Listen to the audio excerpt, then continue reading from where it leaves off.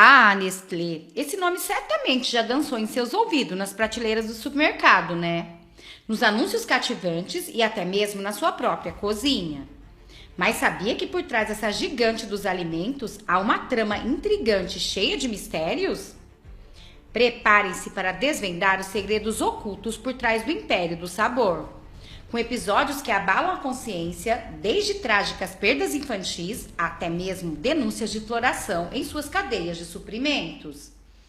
Descobriremos como as crianças vulneráveis foram exploradas em busca de lucro, lançando luz sobre dilemas éticos que ecoam até hoje. Revelaremos também como a Nestlé se viu envolvida em controvérsias relacionadas à escassez de água. Vamos examinar como uma empresa tão poderosa se inseriu em comunidades já marginalizadas, desviando recursos preciosos para os seus próprios ganhos, deixando em questão a verdadeira responsabilidade social e corporativa. Então imaginem se nos anos de 1960, a Nestlé estava apenas dando os primeiros passos, mas sua fundação esconde uma história pouco explorada e a visão visionária do seu fundador. À medida que as décadas avançaram, ela expandiu-se para territórios distantes ao redor do globo. Porém, esse crescimento não aconteceu sem obstáculos intrigantes, que muitas vezes permanecem na penumbra. E aí a reviravolta foi épica. Enquanto a empresa busca expandir e aumentar os seus lucros, acabou se envolvendo em controvérsias relacionadas à promoção de suas fórmulas infantis em nações subdesenvolvidas. Táticas de marketing questionáveis foram empregadas, desencadeando protestos e boicotes que ecoaram em todo o mundo. Crianças inocentes se viram no meio de busca por lucros que ultrapassou a ética. Mas como se isso não fosse o suficiente para agitar as águas, a gigante também se viu em meio a acusações de trabalho infantil e também exploração de recursos naturais. As fazendas de cacau foram um palco de um drama, onde as crianças tiveram suas infâncias roubadas e enfrentaram, sim, condições inaceitáveis. Contudo, como a Nestlé reagiu diante dessa tempestade? E quais foram as consequências das suas ações? E como se o enredo ainda não estivesse completo, a Nestlé foi pega desviando água potável de comunidades carentes e revendendo-as para as mesmas pessoas que já sofriam com falta desse recurso vital. O direito da água parecia ter sido esquecido em meio a buscas pelo lucro. Agora, vamos dar um salto no tempo e voltar aos primórdios dessa jornada? Tudo começou em 1866, na pitoresca cidade suíça de Vevey. O visionário farmacêutico Henri Nestlé desenvolveu uma fórmula infantil com o intuito de salvar vidas de crianças que sofriam com a falta de acesso ao leite materno. O nome Nestlé traz consigo a ideia de acolhimento como um ninho que protege seus filhotes. A história então começa com a criação da lendária farinha láctea pela Nestlé, uma fórmula inovadora que combinava leite de vaca em pó, farinha de trigo, açúcar e vitaminas essenciais. Essa maravilha logo conquistou o mundo, espalhando sua qualidade e benefícios nutricionais que refletiam como uma sinfonia para as vidas infantis em todo o planeta. Enquanto o século XX avançava, a Nestlé rompeu os limites da sua terra natal, expandindo-se para a Europa e os Estados Unidos. Tornou-se então a pioneira da inovação, apresentando ao mundo icônico o leite condensado, uma peça fundamental no quebra-cabeça da indústria alimentícia. Mas ela não parou por aí. As estratégias de marketing ousadas, os mascotes cativantes, quem não lembra do querido Quick, o coelhinho dos desenhos animados? Sim, tecer uma conexão afetiva com seus consumidores, transformando a reação deles com a marca em algo mais simples e transações comerciais. Hoje a Nestlé é uma titã multifuncional que toca quase todos os cantos do globo. Seu portfólio é vasto, com mais de 2.000 marcas que englobam desde as delícias do chocolate até os cuidados com a saúde, bem-estar animal e nutrição. Mas como nas histórias mais ricas nem tudo é um mar de rosas, o sucesso da Nestlé é entrelaçado com dilemas éticos e críticas que ecoam nas esquinas da sua vasta influência. E um desses pontos críticos lançou um holofote na abordagem da empresa na promoção de fórmulas infantis em nações em desenvolvimento, isso na década de 1970. Um capítulo sombrio, onde as mães foram seduzidas por promessas enganosas, trocando assim os benefícios vitais do leite materno pelas ilusões das fórmulas da Nestlé e os anúncios que mostravam bebês saudáveis, mensagens que sussurravam sobre a modernidade e praticidade das fórmulas, entretanto, um dilema persistia. Essas campanhas ocorriam onde a luz do conhecimento sobre a amamentação era tímida e onde o acesso e os cuidados médicos era muito raro. Um campo minado de consequências mal previstas. A Nestlé, então, empregou estratégias questionáveis para assim convencer as mães nestes países. Na Nigéria, por exemplo, falsos benefícios eram oferecidos, vendedoras se passavam por enfermeiras e visitavam, assim, as comunidades locais. Elas ofereciam amostras gratuitas que, no final das contas, secavam o leite materno, deixando as mães e os bebês em situação de desespero. Uma jogada bem cruel que deixou feridas profundas nas famílias, que confiaram nas promessas doces da empresa. E com o fim das amostras, resultava em uma dependência financeira do produto.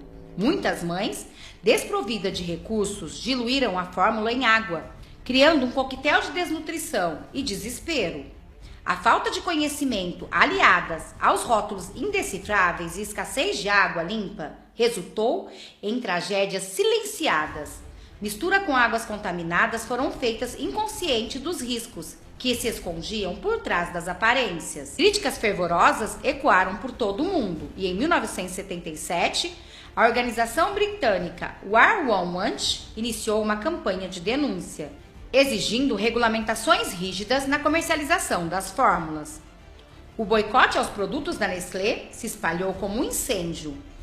Na verdade, uma manifestação global contra a exploração da vulnerabilidade das mães em todo o planeta. Um ano depois, as cortinas foram abertas em uma audiência pública no Senado. Um senador então questionou um executivo da empresa sobre a responsabilidade de promover fórmulas infantis em áreas carentes, onde a água limpa era um luxo inexistente. A resposta? Aspas, não podemos ter essa responsabilidade, fecham aspas. Um abandono cruel da ética em prol do lucro. Mas em meio à pressão crescente, a Nestlé recuou. A empresa concordou então em aderir ao Código Internacional de Comercialização de Substitutos ao Leite Materno, uma tentativa de proteger e fomentar a amamentação. Mas só recuou porque seus prejuízos começaram a superar os seus lucros. Entretanto, a saga da Nestlé não para por aqui. Um dilema de proporções monumentais reside na sua cadeia de fornecimento de cacau, aonde acusações de trabalho infantil e exploração continuam a assombrar a empresa, onde as crianças trabalham em fazendas de cacau, uma realidade marcada por jornadas árduas e privações de uma infância que deveria ser vividas em cores vivas. Então, documentários e denúncias revelaram uma cruel verdade que ecoa além das fronteiras das fazendas, atingindo nossas consciências globais. Uma estimativa de 15 mil crianças trabalhando nas fazendas de cacau da Nestlé, na Costa de Marfim, um número que reverbera como um eco sombrio da exploração infantil. E sob pressão e na tentativa de aplacar os ativistas, a Nestlé proclamou que adotaria o cacau proveniente do comércio justo na fabricação do adorado Kit Kat. No entanto, para muitos essa declaração não passou de uma cortina de fumaça. Os ativistas, na verdade, viam esses gestos como uma manobra para acalmar os ânimos inflamados. E, de certo modo, eles tinham razão. Os ventos mudaram em 2020, quando a empresa fechou de vez o capítulo do comércio justo. Em vez disso, ela lançou seu olhar na direção das alianças das florestas tropicais, desviando o foco para preocupantes questões das mudanças climáticas, que tomava os holofotes da época. Mas a polêmica não parou por aí. Outro capítulo controverso envolveu elementos mais essenciais à vida, a água. A Nestlé se viu sobre holofotes, recebendo assim inúmeras críticas por suas práticas de captação de água em diversas partes do mundo, onde a escassez hídrica se tornou um desafio ambiental e social. E foi na ensolarada Califórnia, durante uma prolongada estiagem, que a Nestlé estava retirando bilhões de litros de água da Floresta Nacional de São Bernardino e engarrafando-a para a venda, pagando menos trocados pelos direitos de captação. A ação então levou uma nuvem de críticas e acendeu uma alerta sobre a exploração dos recursos naturais durante tempos difíceis. Outro exemplo marcante aconteceu em Flint, Michigan, uma cidade que enfrentou uma crise de contaminação de água em 2014.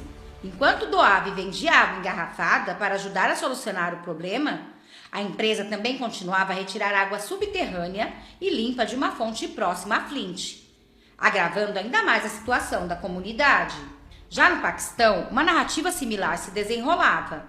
A Nestlé se viu flagrada desviando água potável de cidades já assoberbadas pela carência hídrica, para depois revendê-las às mesmas comunidades impactadas.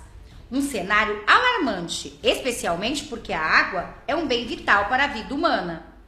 A empresa intensificou os problemas de comunidade que já tratavam uma luta árdua para acessar água limpa e segura. E é então que, inevitavelmente, surge a pergunta: a água não deveria ser um direito humano?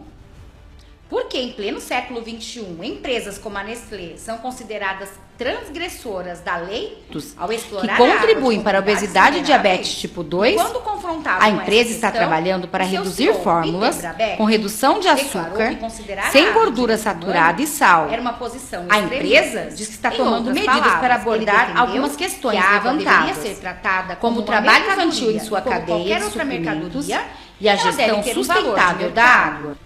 Outra acusação que assombra a empresa, desta vez relacionada à poluição por plástico. A Nestlé figura entre as principais poluidoras de plástico do mundo, ocupando o segundo lugar, logo atrás da Coca-Cola.